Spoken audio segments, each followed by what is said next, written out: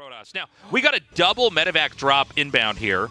If there was going to be a strong moment to hit, it would be now before these gateways really kick in, before the third base, the money from that starts to really come in. And it's not actually going to be a drop in the main. He's going to try to push in the front. I think what he's trying to do is guess where exactly the weak spot would be. herO actually had the Stalkers out, I think, to intercept the drop.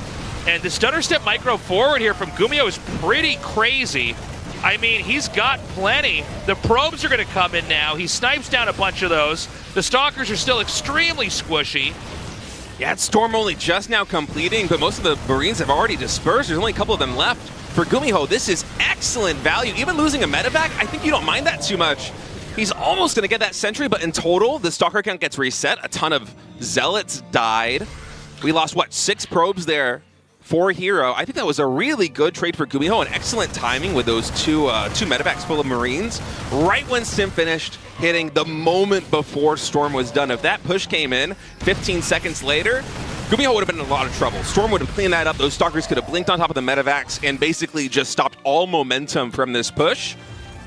But instead, GuMiho trading very effectively. He's able to take about a 10 supply lead now, and behind this, he's continuing to play a macro game. GuMiho, he's going for Drilling Claws, by the way. So he is looking to play a very Widowmine-centric style, which I think is going to line up well against what herO is doing, because keep in mind, herO, he went for those really early Templar. He lost a lot of Stalkers early on to that Marine push.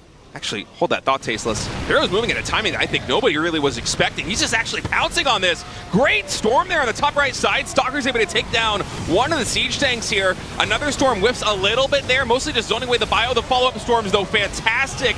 Just never-ending storms. It's a Cat 5 Hurricane breaking down GuMiho's third base. I don't think he saw this timing coming a mile away. And suddenly, the command center is lifting. 20 SCVs are dead, and all of that energy gathering on the Templar is just paying dividends here for herO. What a huge investment. GuMiho was looking rock solid, is caught out of position for a blink of an eye, and herO has just turned this game on its head.